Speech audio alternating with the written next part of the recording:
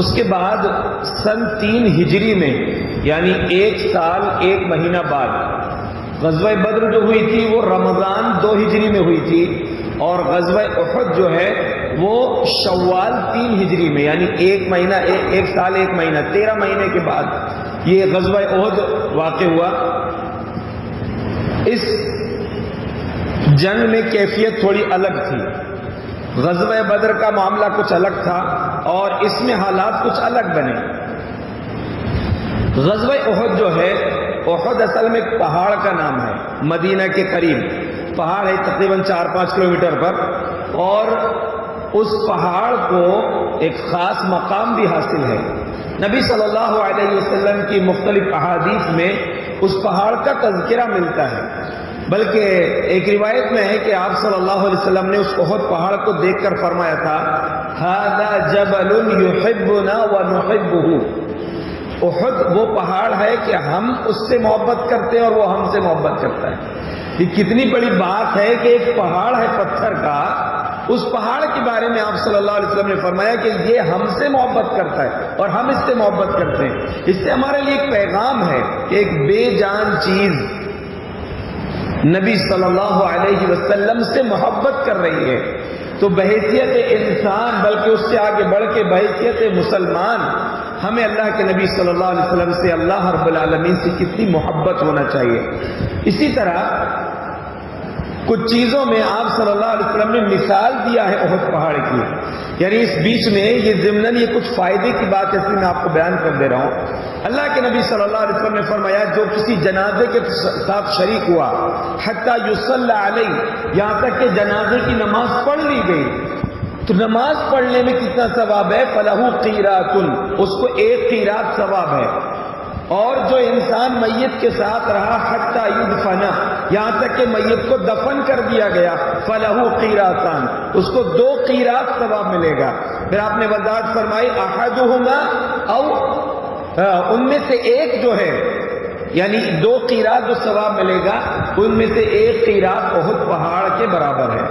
اسی طرح ایک حدیث میں آپ صلی اللہ علیہ وسلم نے فرمایا لا تسبوا اصحابی، لوگوں میرے صحابہ کو گالی نہ دیا کرو، اگر میرے صحابہ میں سے کسی نے 1 مد یا آدھا مد، 1 مد بولتے ہیں آدھا کلو کو، 1 مد یا آدھا مد بھی اگر غلہ کسی نے صدقہ کیا ہے، تم احد پہاڑ کے برابر بھی سونا خرچ کر دو تو ان کے برابر نہیں پہنچ سکتے، صحابہ کے برابر۔ آج لوگ جو ہے زبان کھولتے ہیں صحابہ کے تعلق سے، اگر صحابی میں سے کسی نے 1 مد سونا ہو، 1 مد گیہوں یا جو خرچ کیا ہو، یا آدھا مد بھی خرچ کیا ہو، 1 پاؤ، آج کے دور میں یا ان کے بعد سے اب تک کوئی بھی احد پہاڑ کے برابر سونا بھی اللہ کی راہ میں خرچ کرے تو ان کے مقام تک نہیں پہنچ سکتا۔ یہ مقام ہے صحابہ کا۔ بہرحال یہ احد پہاڑ ہے جہاں پر غزوہ احد واقع ہوئی تھی، اسی پہاڑ کی نام کی وجہ سے اس غزوہ کا نام غزوہ احد رکھا گیا۔ کیوں ہوئی تھی یہ جنگ؟ جیسا کہ آپ نے اس سے پہلے سنا کہ غزوہ بدر تو مسلمانوں کا مقصد اس قافلے کو پکڑنا تھا، لیکن ادھر سے مسلمان نکلے، وہ قافلہ نکل گیا، مکہ سے جو قافلہ آیا تھا اپنے اس تجارتی قافلے کی حفاظت کے لیے ان دونوں کے بیچ میں آپس میں جنگ ہوئی۔ لیکن یہ جو معاملہ تھا اس میں بھی اس طرح کی ایک حالات تھی۔ غزوہ احد سے پہلے نبی صلی اللہ علیہ وسلم کو ایک اور تجارتی قافلے کی خبر ملی، اس کو پکڑنے کے لیے حضرت زید بن حارثہ رضی اللہ عنہ ان کے قیادت میں 200 سواروں کو آپ نے بھیجا، اور تقریباً 1 لاکھ دینار بولتے سونے کے سکے کو، یعنی آج کا جو دینار جیسے کویت میں بھی دینار چلتا ہے لیکن وہ کاغذ کا دینار ہے، نام بس دینار ہے، اس دور میں جو دینار ہوتے تھے وہ سونے کے سکے، اوریجنل سونا رہتا تھا، تو تقریباً 1 لاکھ دینار کے برابر مالیت جو ہے مشرکین مکہ کی صحابہ کرام لے کر آ گئے تھے۔ ایک تو وہ تکلیف تھی، دوسری چیز یہ ہے کہ غزوہ بدر کے بعد مشرکین مکہ نے یہ فیصلہ کیا تھا کہ ایک جنگ جو ہے ہمیں مضبوط انداز میں انتقام کی جنگ، بدلے کی جنگ جو ہے مسلمانوں سے کرنا ہے، تاکہ جو بدر میں جو ہمیں تکلیف پہنچی ہے، جو ہمارے بڑے بڑے سردار مارے گئے ہیں، ان کا بدلہ ہم چکا سکیں۔ اسی طرح یہ جو جنگ تھی یہ پہلی ایسی جنگ تھی جو باقاعدہ طے شدہ یا دونوں طرف سے معلوم تھا کہ جنگ ہونا ہے، اس اعتبار سے کفر اور اسلام دو مذاہب کے ماننے والوں کے بیچ میں جنگ ہوئی تھی، کیونکہ غزوہ بدر جو ہوئی تھی وہ واقعی کفر اور اسلام کے بیچ میں جنگ تو تھی، لیکن طے نہیں تھا کہ جنگ ہوگی۔ یہاں پر جو ہے ادھر سے ان کو بھی ان کی تیاری پوری تھی مشرکین مکہ کی کہ ہمیں جنگ کرنا ہے، اور ادھر جب تیاری چل رہی تھی تو حضرت عباس رضی اللہ عنہ جو نبی صلی اللہ علیہ وسلم کے چچا تھے، غزوہ بدر میں وہ قیدی بن کر آئے تھے اور وہ مسلمان ہو چکے تھے، لیکن انہوں نے اپنے اسلام کو چھپا کر رکھا تھا، بلکہ کچھ اہل علم نے تو یہ بھی کہا ہے کہ جب مدینے سے وہ قیدیوں سے رہا ہو کے گئے تھے تو نبی صلی اللہ علیہ وسلم نے حکمتاً ان سے کہا تھا کہ تم اپنے اسلام کو بھی چھپا کر رکھنا۔ تو اب اگر یہ چھپائے ہوئے تھے تو اس کی حکمت کیا تھی کہ وہاں کے راز معلوم ہو۔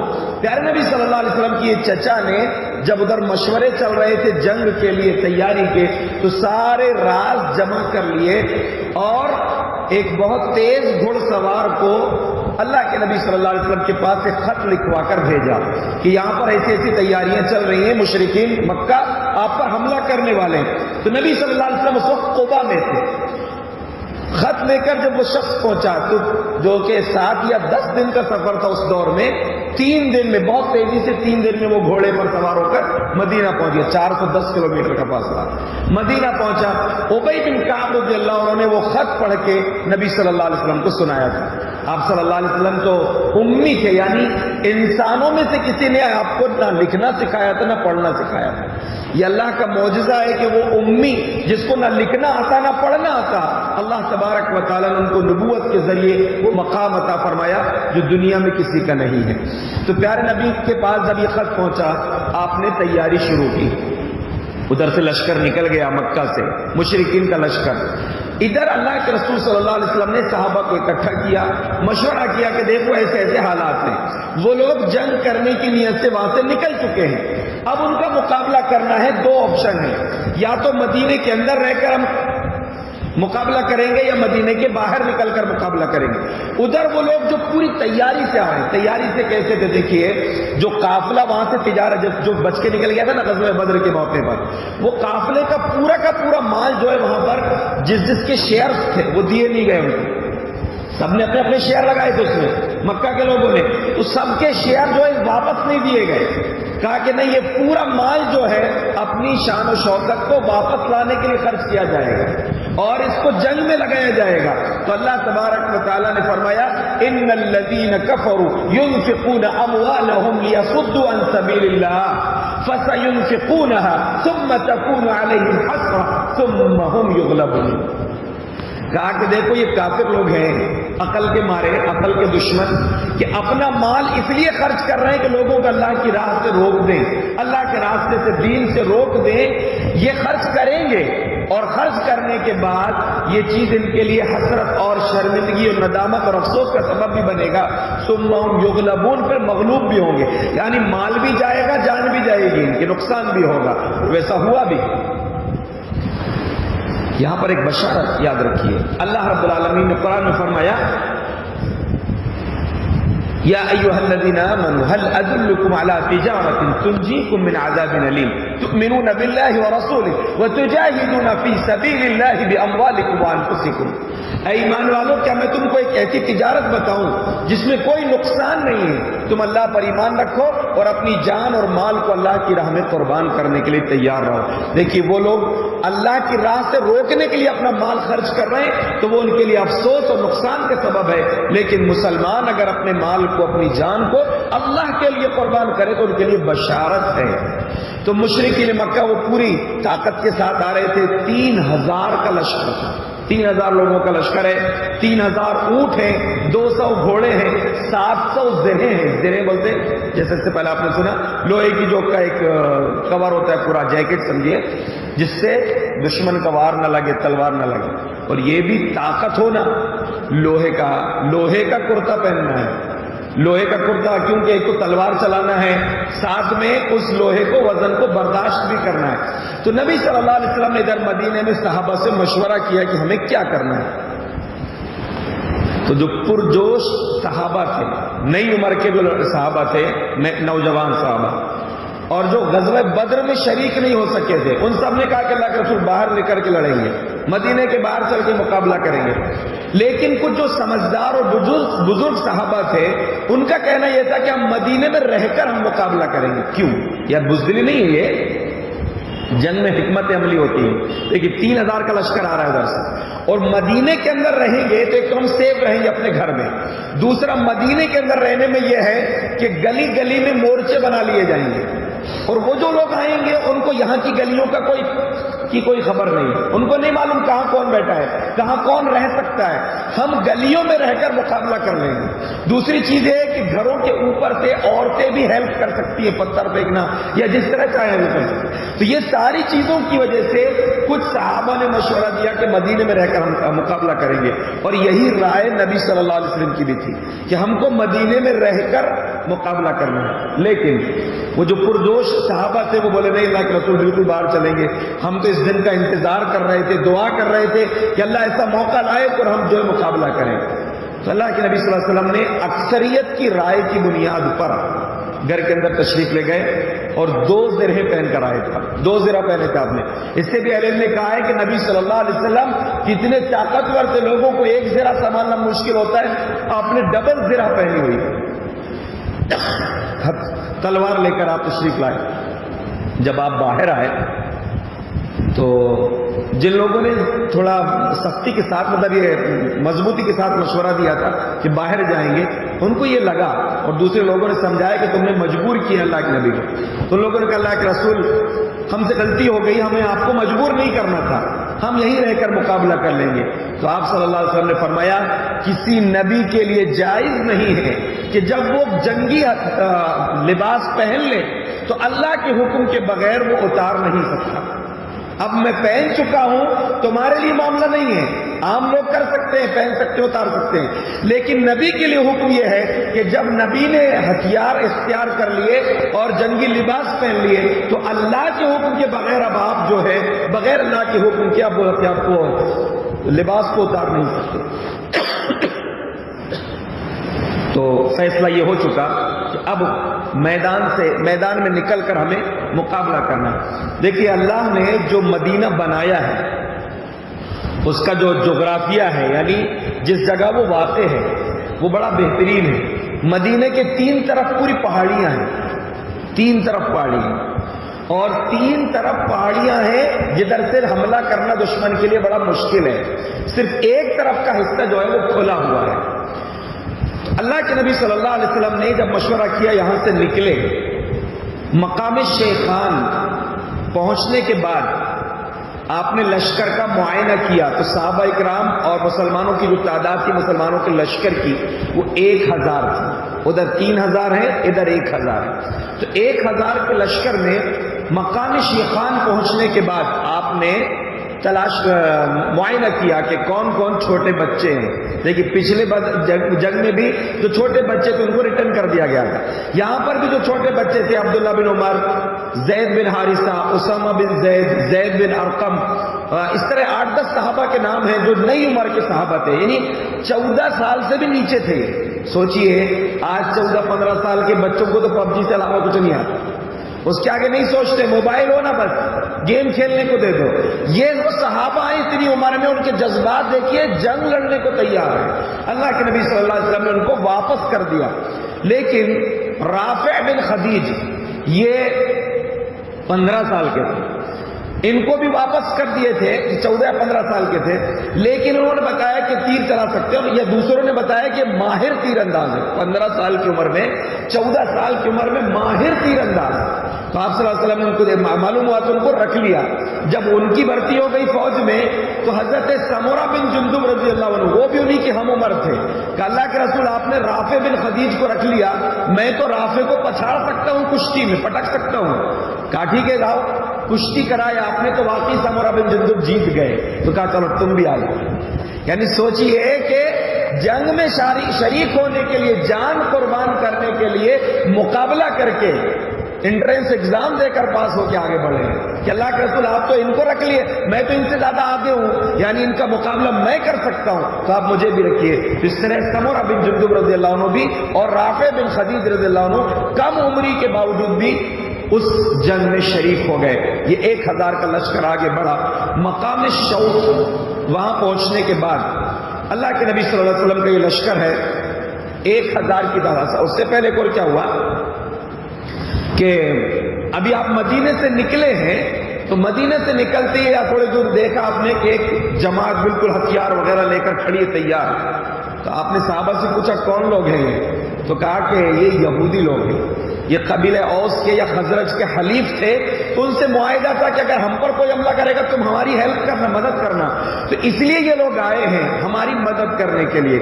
آپ صلی اللہ علیہ وسلم نے فرمایا یہ مسلمان ہو گئے؟ بولے نہیں. کہا ضرورت نہیں تمہاری.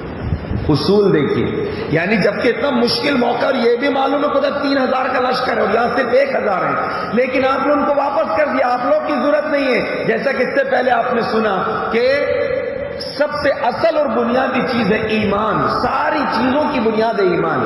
ایک شخص نے آ کر جنگ کے موقع پر اللہ کے نبی صلی اللہ علیہ وسلم سے کہا تھا اسلم او اجاہد, پہلے میں مسلمان ہو جاؤں یا پہلے جہاد کروں, پہلے اقاتل, پہلے قتال کروں. تو آپ نے فرمایا اسلم ثم قاتل, پہلے ایمان لاؤ اس کے بعد لڑنا ہماری طرف سے. تو وہی آپ نے یہاں پر بھی کیا. اصول سے میں تبدیلی نہیں کی آپ نے. اصول رہے گا. پہلے ایمان کا معائنہ ہوگا, پہلے ایمان قابل قبول ہوگا, اس کے بعد تم ہماری ہیلپ کرتے, ورنہ ضرورت نہیں تمہاری. واپس کر دیا آپ نے ان یہودیوں کو جو ہتھیاروں کے ساتھ آئے تھے نبی صلی اللہ علیہ وسلم کی جماعت کی مدد کرنے کے لیے. واپس کر دیے. آپ آگے بڑھ گئے. آگے بڑھنے کے بعد جب مقام شوق ایک جگہ ہے جو بالکل اس جگہ جہاں پر مشرکین مکہ آ کر پڑاؤ ڈال چکے تھے مدینے کے قریب, تو اللہ کے رسول صلی اللہ علیہ وسلم ان کے قریب جب پہنچ گئے مقام شوق میں, تو وہاں جا کر اس کے پہلے سے یہ عبداللہ بن ابی بن سلول جو رئیس المنافقین تھا, منافقوں کا سردار تھا, اس کی خسر پسر چل رہی تھی اپنے ساتھیوں سے. 300 ساتھی تھے اس کے ساتھ. تو وہ بات بگاڑنے کے چکر میں تھا. جب بالکل مشرکین کا لشکر دکھنے لگا اس وقت اس نے کہا کہ ہم کو نہیں جانا ہے آگے لڑنے کے لیے. یہ کوئی جنگ تھوڑی ہے, یہ تو اپنے آپ کو موت کے منہ میں ڈال رہے, اتنے بڑے لشکر سے لڑنے کے لیے بتا رہے ہو, اور ہماری رائے کو قبول نہیں کی گئی. چھوٹے چھوٹے لڑکوں کی رائے قبول کر لیے تم نے کہ مدینے سے باہر نکل کر مقابلہ کریں گے. عبداللہ بن ابی بن سلول کی بھی رائے یہی تھی جو نبی صلی اللہ علیہ وسلم کی رائے تھی کہ مدینے میں رکھ کر لڑیں گے. لیکن اللہ کے نبی صلی اللہ علیہ وسلم کی رائے کا مقصد الگ تھا. آپ جنگی حکمتوں کی وجہ سے رائے دے رہے تھے, لیکن عبداللہ بن ابی بن سلول کا مقصد کیا تھا؟ مدینے میں رہ کے لڑیں گے تو اپن لڑے کہ نہیں لڑیں گے کس کو معلوم. راز کی راز رہے گا, اندر رہیں گے گھر کے اندر, لوگوں کو ہی معلوم رہے گا کہ ہم بھی لڑے ہیں, جبکہ چھپے رہیں گے چپ چاپ, لڑنے وڑنے کام نہیں ہے. تو اس وجہ سے اس کی رائے یہ تھی. تو وہاں پہنچ کر اس نے دیکھیے دوہری چال چلا. ایک تو اپنی فوج کو اپنے ساتھیوں کو نکالنا مقصد تھا, دوسرا ان مشرکین کو مضبوط کرنا کہ دیکھو یہ کیونکہ منافق تھے, یہ ان کے دل میں کچھ اور تھا, ظاہر میں اسلام تھا. کہا اس کو بہت سمجھائے. عبداللہ بن حرام رضی اللہ عنہ ایک صحابی تھے. کہا کہ دیکھو ہم نے نبی سے وعدہ کیا ہے. کہا نہیں کچھ نہیں. کہا دیکھو دین کی خاطر رک جاؤ, مت جاؤ تم, یہ سامنے لشکر ہے دشمن کا اور مقابلہ کرنا تم بھاگ رہے ہو چھوڑ کے. آخر جب وہ نہیں مانا جانے لگا, کہا اللہ تم پر لعنت کرے, اور یہ 300 لوگوں کو لے کے نکل گیا.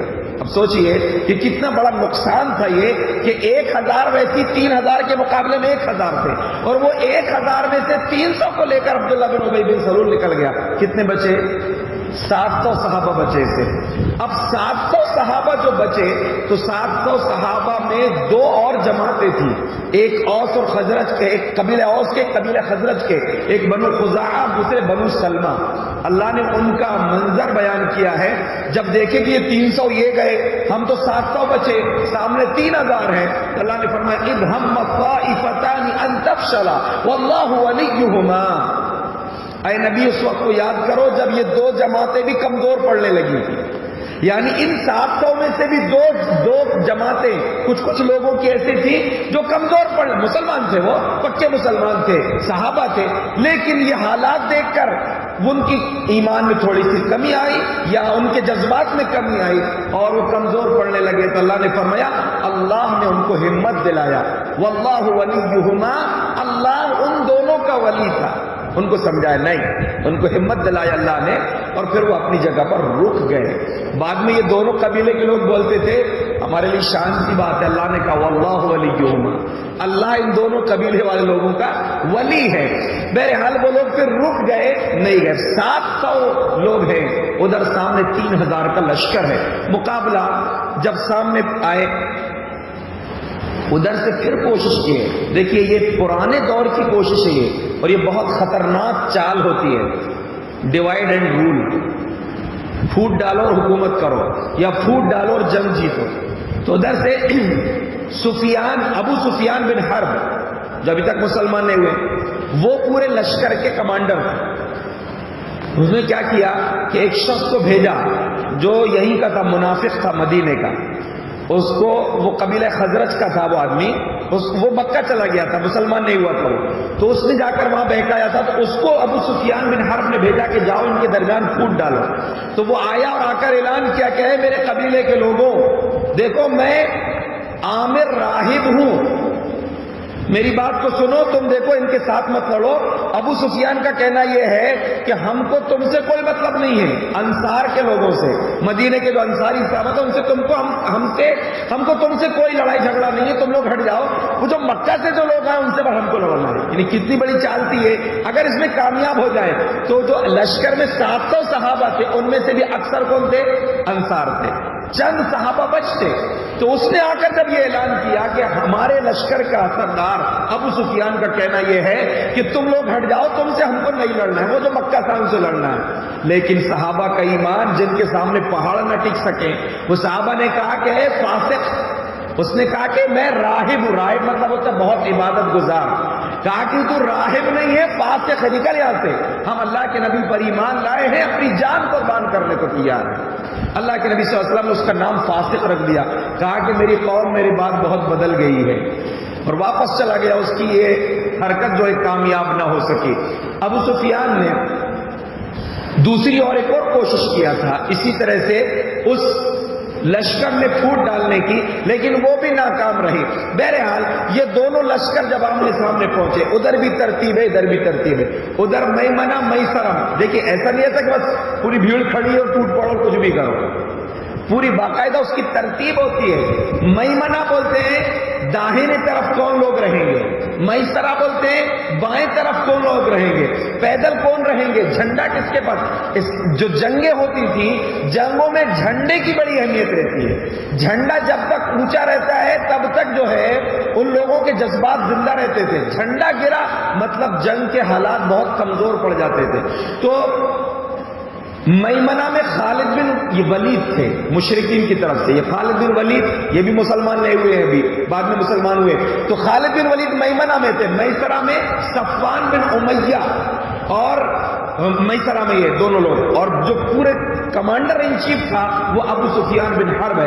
ادھر نبی صلی اللہ علیہ وسلم نے اپنی فوج کے 3 حصے کیے تھے، ایک مہاجرین کا دستہ تھا جن کا جھنڈا حضرت مصعب بن عمیر رضی اللہ عنہ کے پاس تھا، دوسرا خزرج جو انصار کا ایک قبیلہ خزرج تھا، ان کا جھنڈا جو اسید بن حضیر کو ملا تھا، اور تیسرا جو لشکر تھا، لشکر کا تیسرا حصہ تھا وہ اوس جو قبیلہ تھا انصار کا، اس کا لشکر تھا۔ ایسے 3 حصوں میں اللہ کے نبی صلی اللہ علیہ وسلم نے مسلمانوں کے لشکر کو تقسیم کیا تھا، 3 حصے ان کے ہو گئے، اور ادھر جنگی تدبیر، ادھر بھی ترتیب بن رہی ہے، فوج تیار ہے، ادھر بھی صحابہ کرام کی فوج تیار ہے۔ اللہ کے نبی صلی اللہ علیہ وسلم نے 50 تیر اندازوں کا ایک دستہ، وہ جو احد پہاڑ ہے نا، احد پہاڑ کے بیچ میں تھوڑا ایک حصہ ہے، نبی صلی اللہ علیہ وسلم نے جو اپنا پڑاؤ ڈالا تھا، دیکھیے مدینے سے نکلے، دشمن کو پار کر کے آپ صلی اللہ علیہ وسلم دوسری طرف گئے تھے، پہاڑ اس طرف ہیں، ادھر سے مدینے کا راستہ کھلا ہے جدھر سے دشمن آئے ہیں، لیکن اللہ کے نبی صلی اللہ علیہ وسلم نے جو جنگی حکمت عملی جو اختیار کیا تھا وہ یہ کیا تھا کہ مدینہ سے نکل کے گھوم کے دوسرے طرف سے پہاڑوں کو اپنے پیچھے کیا، دشمن سامنے ہے اور دشمن کے پیچھے مدینہ تھا، اس طرح آپ نے کیا تھا، یعنی پیچھے سے پورے پہاڑ 3 طرف سے گھرا ہوا ہے مدینہ، تو وہ حصے میں آپ نے اپنا پڑاؤ ڈالا تھا جہاں پر پوری طریقے سے سیب آب ہو گئے، اور اس طرف جو ہے دشمن سامنے اور دشمن کے پیچھے مدینہ تھا. تو آپ صلی اللہ علیہ وسلم نے جو پہاڑ سے گھرا ہوا ہے وہ دو پہاڑ کے بیچ میں ایک درہ ہے، یعنی جو جہاں آپ دیکھیں کہیں پہاڑ دکھتے ہیں نا بیچ میں جو خالی جگہ رہتی اس طرح وہ جگہ تھی. وہاں سے خطرہ یہ تھا کہ دشمن پیچھے سے گھوم کے آ کے حملہ کر سکتا ہے. یعنی آپ صلی اللہ علیہ وسلم کتنے ہوشیار تھے، آپ کتنے ماہر جو ہے جرنیل تھے، کتنے ماہر آپ کمانڈر تھے. تو آپ صلی اللہ علیہ وسلم نے 30 تیر انداز جو تیر کے ماہر ثابت. اب دیکھیے وہ پہاڑ کی بلندی پر بیٹھنا ہے، وہاں پر تلوار کی ضرورت نہیں ہے، یعنی حالات کے اعتبار سے کام کرنا. آپ صلی اللہ علیہ وسلم نے کیا کہا، تیر انداز جو 50 صحابہ تھے ان کو وہاں پر بٹھا دیا. عبداللہ بن جبیر رضی اللہ عنہ ان کے ذمہ دار بنائے گئے. 50 تیر انداز صحابہ کو آپ نے وہاں رکھنے کے بعد ان کو نصیحت کی کہ دیکھو ہم جنگ جیتے یا ہاریں تم یہاں سے نہیں اترنا. تم اگر دیکھو کہ ہم مال غنیمت جمع کر رہے ہیں تب بھی نہیں آنا. تم اگر یہ دیکھ لو کہ پرندے ہماری بوٹیاں نوچ کے کھا رہے ہیں، یعنی ہم پوری طریقے سے ہم جنگ ہار گئے، ہم کو کاٹا پیٹا جا رہا ہے، تب بھی تم اس جگہ میں روکے رہنا، دیکھتے رہنا منظر کو، آنا نہیں وہاں سے، اسی جگہ روکے رہنا. کیونکہ جو نقصان ہو سکتا تھا اس کو آپ نے بھانپ لیا تھا کہ اگر کوئی دشمن مضبوط حملہ کر سکتا ہے تو وہ یہیں سے کر سکتا ہے. تو آپ نے 50 صحابہ کرام کو وہاں بٹھا دیا اور ادھر دشمن سے مقابلے کے لیے آپ تیار ہوئے. جب آمنے سامنے جنگی فوجیں جو اکٹھا ہو گئی تو سب سے پہلا جو لشکر کا ایندھن بنا وہ تھا طلحہ بن طلحہ، طلحہ بن طلحہ جو بڑا موٹا تازہ اور بڑا مضبوط پہلوان تھا. اس کو صحابہ کرام بولتے کبشۃ الکتیبہ، لشکر کا مینڈھا. وہ نکلا ادھر سے مبارزت کے لیے، جیسا کہ اس سے پہلے آپ بتایا مبارزت مطلب جو پہلا شخص آتا ہے فوج سے نکل کے اور اعلان کرتا ہے کہ ہے کوئی لڑنے والا، مقابلہ کرنے والا. جب وہ کبشۃ الکتیبہ باہر نکلا اپنے لشکر سے، مشرکین کے لشکر سے، اس نے جیسے باہر نکلنے کے بعد اونٹ میں بیٹھ کے آیا تھا. دیکھیے اونٹ میں بیٹھا ہے، وہ اونٹ کو بٹھا کر اس میں بیٹھتے ہیں، اونٹ کو ویسے نہیں بیٹھتے، اونٹ کو پہلے بٹھا کر اس میں سوار ہوتے ہیں سواری کے لیے. جب وہ کبشۃ الکتیبہ وہ طلحہ جو ہے وہاں سے جب نکلا اور اونٹ پر سوار ہو کر نکلا تھا اپنا مقابلہ کرنے کا اعلان کرنے کے لیے، تو اللہ کے نبی صلی اللہ علیہ وسلم نے حضرت زبیر بن عوام رضی اللہ عنہ سے کہا جاؤ مقابلہ کرنے. زبیر بن عوام جیسے آگے بڑھے تو فٹنس دیکھیے زبیر بن عوام رضی اللہ عنہ کی، اچھل کر شیر کی طرح اچھل کر اس کے اونٹ پر سوار ہو گئے. یعنی اونٹ کو بٹھا کر بیٹھتے ہیں، وہ کتنی پھرتی ہوگی کہ اچھل کر اونٹ کے اوپر سوار ہوئے، اس کو قبضے میں لیا اور وہاں نہیں مارے، اس کو قبضے میں پکڑ کے اتنے مضبوط پہلوان کو اس کو پکڑ کے نیچے کود گئے اور نیچے لا کے ذبح کر دیا تھا. کس قدر ہمت ہوگی، کتنی پھرتی اور کس قدر ان کے اندر فٹنس ہوگی. اللہ کے نبی صلی اللہ علیہ وسلم نے فرمایا لِكُلِّ نَبِيٍّ حَوَارِيٌّ وَحَوَارِي الزُّبَيْرِ، ہر نبی کا ایک خاص حواری، خاص آدمی ہوتا ہے، اور میری امت کا میرے لیے جو خاص آدمی ہے وہ زبیر ہے. حضرت زبیر رضی اللہ عنہ نے جیسے ہی اس شخص کو کبشۃ الکتیبہ یعنی مین آدمی جو تھا، مضبوط ترین آدمی، اس کو جب نپٹا دیا، اس کو ختم کر دیا، تو اب ان لوگوں کی طرف سے غیظ و غضب کی آگ بھڑک اٹھی اور پھر دونوں فوجیں جو ہیں آمنے سامنے مقابلے کے لیے آئیں. پھر کیا ہوا انشاءاللہ بقیہ چیزیں کل کے درس میں آپ کے سامنے آئیں گی. اللہ رب العالمین سے دعا ہے کہ اللہ رب العالمین جس مقاصد سے ہم نے یہ باتیں آپ کے سامنے رکھی ہیں، اللہ ہمیں سمجھ کر عمل کرنے کی توفیق عطا فرمائے. آمین. وآخر دعوانا الحمدللہ رب العالمین.